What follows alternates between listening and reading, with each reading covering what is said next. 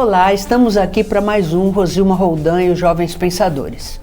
E hoje, mais uma vez, eu tenho a grande honra de trazer aqui meu amigo Paulo de Jesus, não à toa, imortal, cadeira 37. Aliás, achei linda essa cadeira, que é da Vicentina de Carvalho, maravilhosa, da Academia Santista de Letras. E aqui vai meu abraço grande para o presidente Eustáquio, meu amigo Alves Pereira Filho, meu amigo querido de muitos anos, veio num dos primeiros programas, quando ele ainda era vice-prefeito, para falar de um assunto que ele entende muito, que é dependência química. Já voltou aqui outras vezes para falar do mesmo assunto, Setembro Amarelo, e para falar da Academia Santista de Letras. E hoje nós vamos falar aqui do livro do Paulo de Jesus, que já está aqui na minha mão, só esperando a dedicatória, Tribuna de Crônicas. Ele vai explicar para a gente essa história, por que Tribuna de Crônicas, e tudo o que está por trás de se escrever para um público e para transformar. É esse, no meu entendimento, a grande função da literatura e da escrita, é transformar o outro. E eu vou passar essa bola para o meu querido amigo. É verdade? Escrever transforma o outro? Conta a tua história todinha, vamos lá. Escrever transforma o outro e transforma principalmente quem escreve.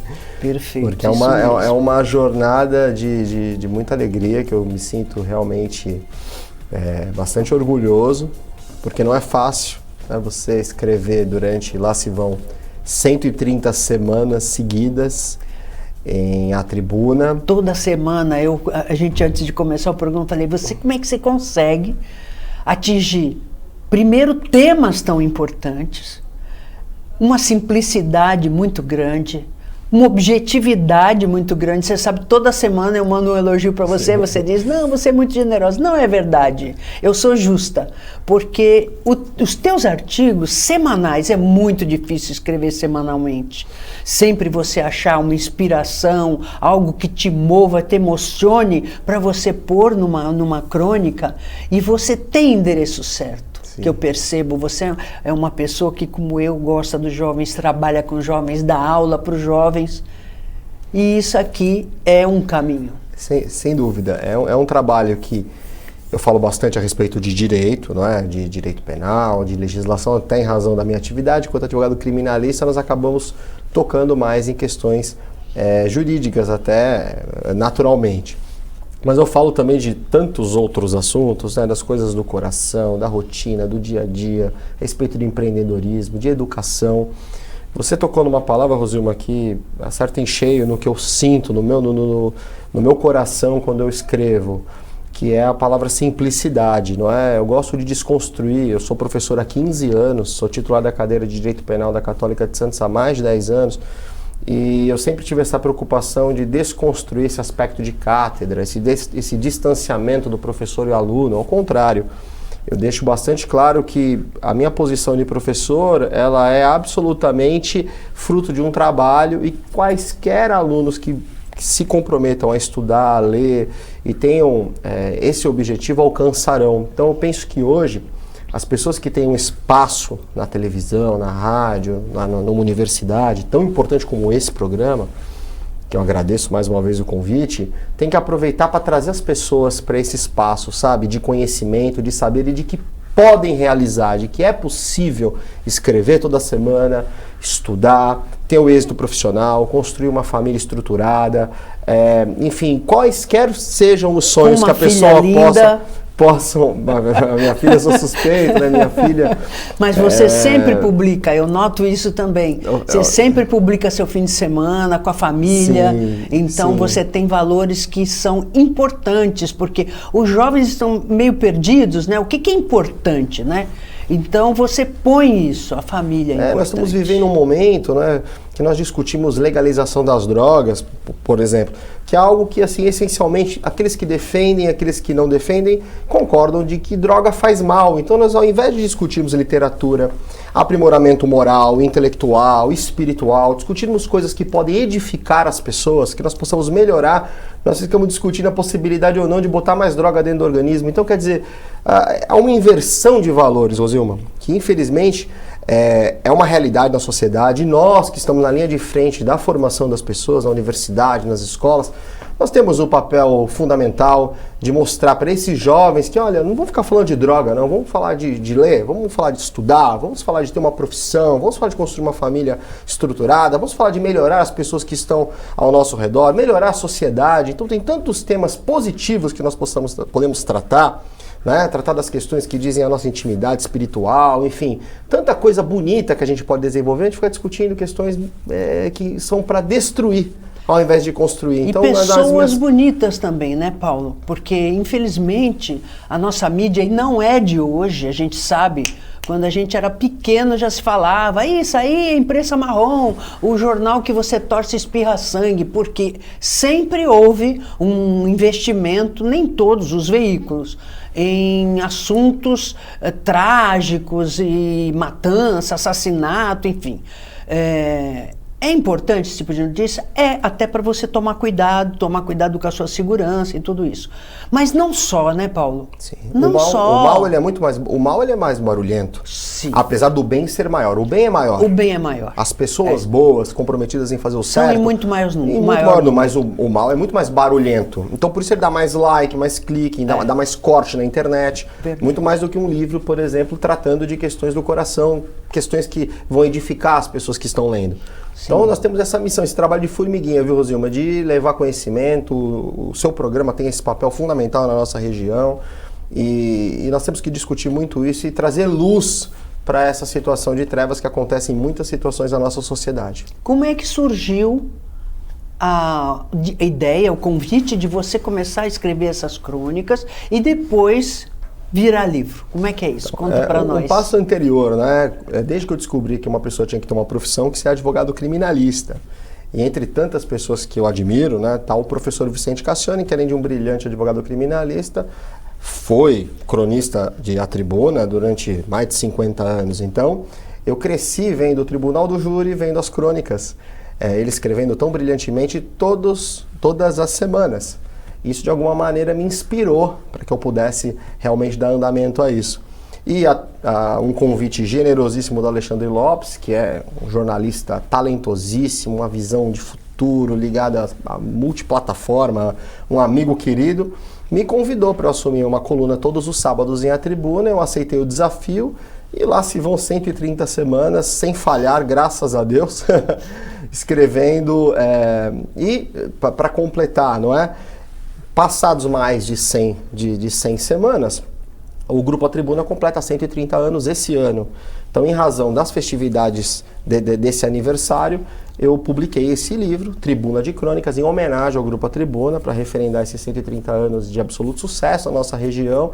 Então, essa foi a história que levou a esse livro que está em suas mãos. Muito bacana. E eu acompanho sempre pelo LinkedIn, né? Vejo, leio, né? E aí você já dá o link para ler o completo, né? E sempre mando parabéns, porque são textos, primeiro, temas que me tocam. Então, eu acho que você é muito feliz quando você escolhe os temas. E eu acho que isso vem justamente da sua interação com o jovem. Eu acho que você, quando interage com o jovem, você sente a necessidade e aí, então, o tema vem e aí vem a inspiração. Eu acho que deve ser mais ou menos por aí. E também pelo jeito que você escreve, porque algumas pessoas escrevem de uma forma... Não vou criticar aqui, não, mas eu acho que são pessoas que usam a literatura para mostrar mais a sua habilidade em dominar a técnica de escrever do que propriamente transmitir uma mensagem e ter um público alvo daquela mensagem. Sim, então há escritores que são desse primeiro jeito e outros que são, ouso dizer, do nosso jeito, mais simples e mais amoroso, emocionado, querendo modificar a ponta lá. Não estou dizendo que às vezes nem sempre a gente consiga. Sim, claro. Mas é a nossa má intenção. Então, eu fui brindado com convívio com grandes advogados criminalistas, né? Eu não sei o que acontece aqui na água da nossa região, que nós temos aqui, os advogados acabam se notabilizando no estado de São Paulo e no Brasil inteiro. E eu fiz estágio durante praticamente a faculdade inteira com o Dr. Walter de Carvalho, inclusive, que foi membro da Academia Santista de Letras.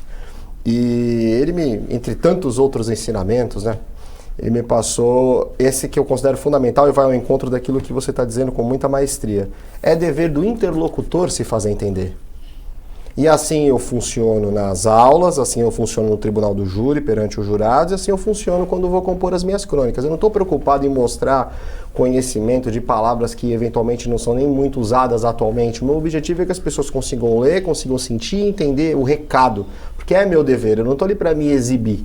Eu estou ali para dar um recado, mandar uma mensagem, tocar o coração das pessoas. E às vezes em pontos eu recebo muito feedback das pessoas que leem as crônicas, inclusive o seu é sempre muito positivo, no sentido de trazer aspectos que eu mesmo não tinha pensado quando escrevi. Fala, caramba, me tocou nesse ponto, nesse.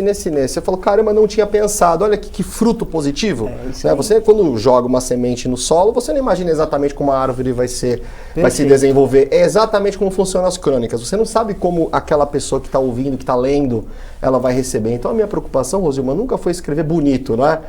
Minha preocupação sempre foi escrever certo, no sentido de conseguir mandar a mensagem, as pessoas entenderem, enfim, tem sido bastante positivo isso. Tem um ditado... Eu não tenho certeza se foi o Drummond que falou, mas eu guardei muito o sentido do que ele falou. Se não foi o Drummond, foi a Clarice. A Clarice, por exemplo, escrevia muito simples. Só que o tema que ela abordava era de uma espinhosidade, né? Era de um sofrimento que acaba ficando até difícil de você entrar naquela pele, porque era uma pele difícil de se entrar. Mas a frase é a seguinte: falar difícil é fácil, o difícil é falar fácil. Exatamente. Nós temos, e a Clarice dizia assim, escrever é como quebrar pedras. Porque para você escrever, você que tem uma cultura, que você já leu muito, você escrever tudo aquilo que vem na sua cabeça é fácil. Mas você transformar esse discurso em alguma coisa palatável para o seu público-alvo... Isso é o mais difícil. Essa muito difícil. Respondendo a sua pergunta, o que é mais difícil? É você transformar a sua ideia em palavras de uma maneira que as pessoas te entendam. Exatamente como no discurso, no júri, como numa aula que você vai ministrar para os alunos entenderem. Não adianta eu chegar numa aula, por exemplo, para alunos de terceiro ano, falando como se eu estivesse falando numa dissertação de mestrado. Perfeito. Então você tem que aprender a sintonizar, como no rádio, na frequência adequada para aquele que está te ouvindo. Então não adianta nada você escrever textos aí cabeludos, vamos dizer assim, difíceis, que as pessoas não entendem nada. Quer dizer, então você acaba não cumprindo o seu papel, que é de escrever fácil e escrever de uma maneira que as pessoas entendam. E ser transformador, né? Porque muitas vezes até você nem escreve, você lança o desafio e as pessoas ficam encucadas com aquele desafio e vão atrás e na outra aula te trazem aquele desafio resolvido. E não são só elogios, são críticas também. Olha, eu não concordo com o seu pensamento, eu acho que são muito edificantes as críticas, principalmente quando a gente toca em assuntos jurídicos, de polícias, de criminalidade, de legislações.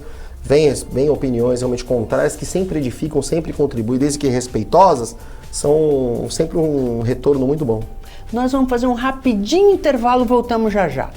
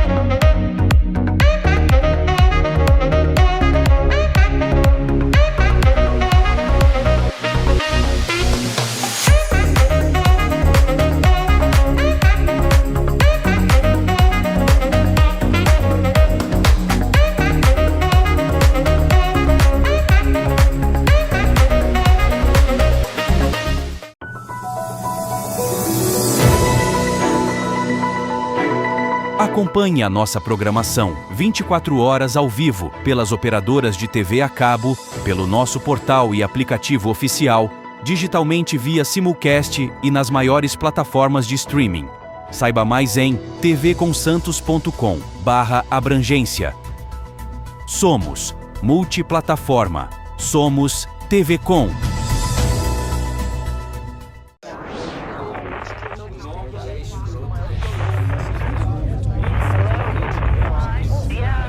Você já passou por isso? Conhece alguém que esteja passando? Se você já sofreu alguma violência na internet, não sabe o que fazer nem como denunciar, nós podemos ajudar. A SaferNet oferece um canal gratuito de orientação e apoio, além de explicar o passo a passo de como denunciar crimes na internet. Você será atendido por um profissional, com respeito, anonimato e estrito sigilo sobre tudo o que for dito. Juntos, vamos fazer da internet um ambiente mais seguro, onde todos possam exercer sua liberdade com responsabilidade e respeito. Entre em contato com a gente, estamos prontos para te ajudar. Helpline SaferNet. Navegar com liberdade é navegar com segurança.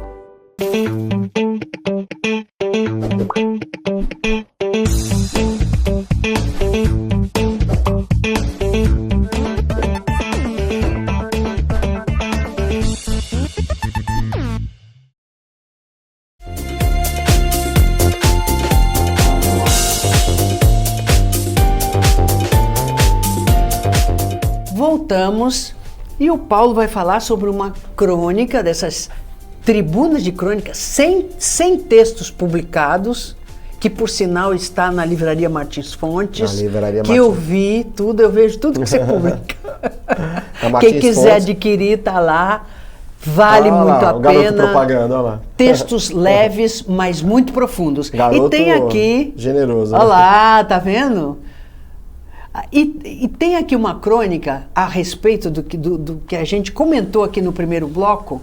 Vamos brincar para sempre, filha. Como é que é isso? Bom, essa crônica, ela é, a maioria sempre as pessoas, tocou muito as pessoas, teve grande repercussão, porque ela trata de um aspecto pessoal muito, muito valoroso para mim. Eu sou filho único. Sou filho único, não sou mimado, né? Apesar dessa má fama que os filhos únicos levam. Mas essa má fama que os filhos únicos levam, até porque na minha casa ninguém faz festinha pra mim, nenhuma realização. Ao contrário, eu acho que isso acaba sendo estimulante, sabe? Sim. Quando você não tem muita festinha para suas conquistas, as coisas parecem que andam de maneira melhor. Por isso que eu faço assim com a minha filha. E ela, por enquanto, é única. Ela é filha única. Ela é filha única. E justamente sobre isso que a conversa aconteceu. Ela estava brincando, ela é uma criança que eu considero muito feliz, ela sempre divertida. E eu disse para ela, eu falei, olha, eu gostaria de ter a mesma idade que você, ser criança ao seu lado e ser seu amigo, porque você é uma amiga muito, muito generosa, as crianças adoram ela. E para eu poder brincar com você, porque quando eu tinha a sua idade, eu falei para ela isso, ela tinha 7 anos. Eu não tinha com quem brincar, às vezes brincava na escola, brincava com os amigos da rua, mas em casa, quem é filho único sabe, acaba brincando sozinho. Sim. E aí ela me respondeu de uma maneira que eu fico bastante emocionado. Ela disse, papai, nós vamos brincar para sempre juntos. Então esse foi a partir daí que eu escrevi essa crônica. Está disponível aqui no Tribuna de Crônicas. Quem quiser saber mais, que adquira o seu exemplar. Mas esse menino é marqueteiro, viu? Mas eu sou testemunha, eu leio sempre as crônicas dele. Não li desde a primeira, infelizmente ainda não conhecia o Paulo, mas a partir do momento que eu o conheci, comecei a acompanhar o trabalho dele e é um trabalho muito bacana. Por que que é bacana? Por tudo que a gente conversou aqui. Você lida com jovem, a gente quando lida com jovem, a gente se transforma. Sim, isso é maravilhoso, né, Rosana? Eu comecei a dar aula de Direito para Criança, eu tinha me aposentado. Maravilhoso. Comecei a segunda vida. E aí, né, fui professora do Leonardo Delfino, que vai vir no próximo programa, não perca. Que também vem trazer o livro dele maravilhoso, Profissional do Futuro Agora. Olha, só o título já é maravilhoso. Já é maravilhoso. Mas quando eu comecei a dar aula de Direito para Criança, porque Direito mudou minha vida, foi minha segunda faculdade, mudei completamente. Era uma pessoa que eu achava a injustiçada da terra. E quando eu fui fazer Direito, eu falei, meu Deus do céu, me encontrei. Mudou a minha cabeça. E aí, até hoje, né, eu entendo o mundo muito melhor por meio do direito. Falei, poxa, se eu mudei depois da segunda faculdade, depois de aposentada, o que será que acontece com uma criança que entra na escola e começa a aprender direito? Seu projeto é maravilhoso, né, Rosilma? Então, Leonardo foi uma das minhas primeiras vítimas, porque quando eu dei aula para ele, ele estava no último ano do ensino fundamental 2, já indo para o médio. Foi meu aluno só 1 ano, né?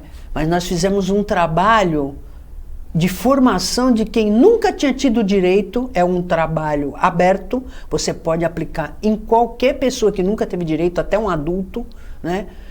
E começa desde lá os princípios gerais do direito e vai até a análise do artigo 5º da Constituição comparada com a Declaração de Direitos da Criança, né? Fiquei 7 anos sem dormir porque as inspirações só vinham de madrugada. Então, você que trata de criança, trata de adolescente, jovens adultos, quando você está na frente da classe, você sente uma responsabilidade danada, não é verdade? Sem dúvida, Rosilma. Em especial porque a gente tem que... Há uma mentalidade de escassez no nosso país, né? As pessoas, elas perderam a capacidade de ter esperança de uma vida melhor através da educação, né? Parece que hoje você não tem muitas alternativas. Tanto é que o crime organizado regimenta os jovens da periferia, desgraçadamente, ou aqueles que têm condição, muitas das vezes não se veem encantado pela literatura, pelo conhecimento, porque consideram um caminho muito longo, muito difícil de se obter sucesso, e é assim que é mesmo no Brasil, infelizmente.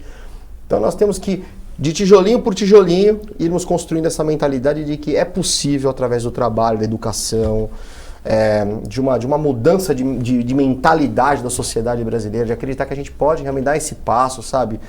Acabar, como eu acabei perdão da redundância, né?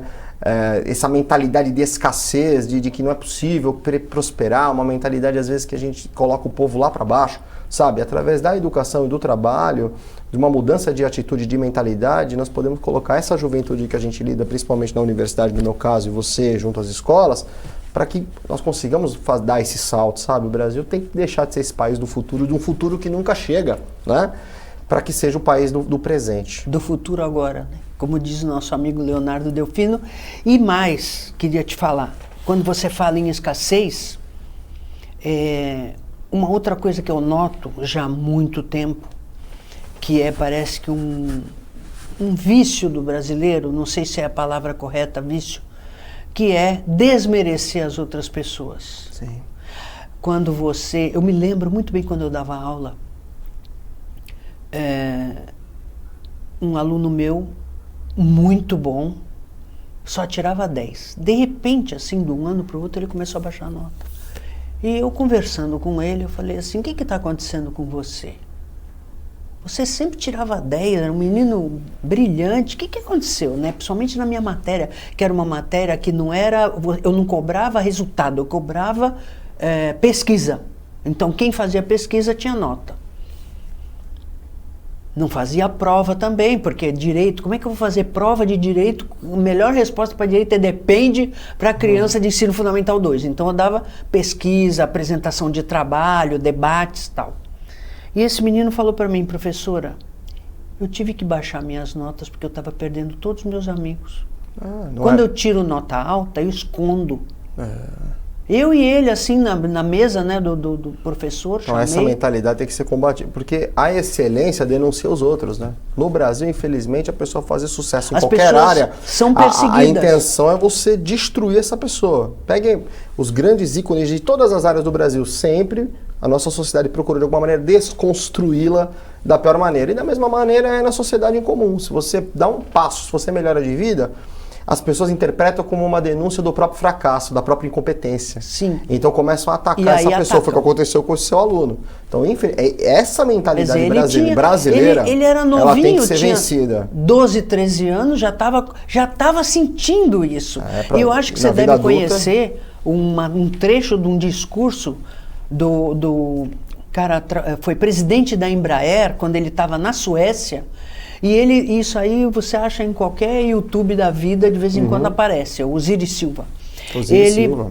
Ele disse o seguinte, uma vez eu perguntei para os suecos por que que o Brasil não tinha nenhum Nobel, porque Ele vários respondeu, foi no países... Roda Viva, ele respondeu essa entrevista. Foi no Roda Viva. Isso mesmo. Vários países da América Latina têm Nobel, Argentina tem só vários. o Brasil não tem nenhum. Aí o sueco disse, é porque o Nobel, ele tem muito assim, mais ou menos como a academia, tem campanha Claro. e tal. E os brasileiros nunca fazem campanha para Ao os seus... contrário, ele mencionou esse detalhe na entrevista. Ele falou, ao contrário, começam a apontar defeitos na tese. Não é Quer horrível? dizer, essa é uma mentalidade É horrível isso. que nos é dada, e nós temos que virar esse código, essa programação, de todos os brasileiros. A gente tem que mudar isso. Sim. Nós temos que ficar felizes, nos regozijar do sucesso alheio, da prosperidade, Como daquilo é que alguém se pra comporta crescer, assim, que é não um país de futuro, que é um país que brilhe? Não Acabamos é sendo possível. educados de uma maneira a sempre depender do Estado, a sempre de alguma maneira ficar de pires na mão para alguém lhe dar algo. Isso é uma mentalidade que tem que ser combatida. A gente tem que fazer com que as crianças e jovens entendam que elas são capazes de produzir o próprio sucesso, de escrever os seus livros, de dar as suas aulas, de se formar na faculdade, de dar prosperidade para sua família. Até na empresa, o empregado fala, olha, eu nem sou muito ruim e procuro não ser muito bom, porque se eu aparecer para baixo para cima, eu sou mandado embora. Horrível Então, isso. é uma mentalidade que precisa ser mudada. Isso, predatória, né? Predatória. Predatória. Dos sonhos, de uma construção de uma sociedade melhor. Eu trato muito desses temas, eu trato nas minhas crônicas, assim, para de alguma maneira cutucar, para que a gente consiga realmente virar essa chave, sabe? Não dá mais para viver dessa maneira. Você progride um pouco, a pessoa tem um sucesso, ela tá roubando, ela tá praticando algum ilícito, ou ela tá passando alguém para trás. Nunca é um mérito. Se uma mulher sobe na carreira, é criticada. Nós vivemos uma sociedade machista. Sim. Todas as mulheres que têm sucesso, de alguma maneira, acabam sendo criticadas por isso. Isso Deve estar aí... abandonando a sua casa, deve estar abandonando o marido. Percebe? Então, nós somos muito críticos, de uma crítica destrutiva, não construtiva. Isso é muito ruim. E para os jovens, eu acho que é muito desestimulante. Meu amigo, infelizmente, olha lá, encerrar, mas vai voltar mais vezes. Foi um prazer, uma honra. É um prazer conversar com você, essas ideias aí tão transformadoras de que a gente tanto precisa. Poxa, volte sempre, meu querido amigo. Estou à disposição, Rosilmo, uma honra. Espero que vocês tenham gostado do programa de hoje, esperando estar novamente com vocês sábado que vem, 15 horas, com reprise segunda-feira às 17h30. Lembrando que pomos tudo no YouTube, no nosso canal Jovens Pensadores, para você assistir e rever quando quiser. Até o próximo programa, se Deus quiser.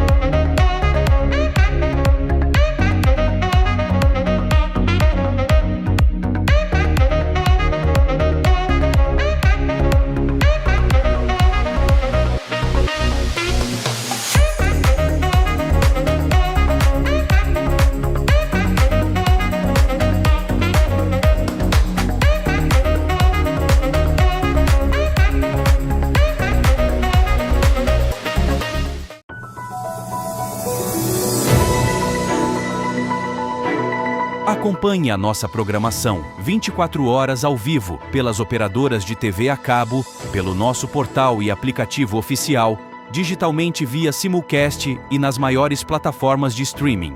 Saiba mais em tvconsantos.com/abrangência. Somos multiplataforma. Somos TV Com.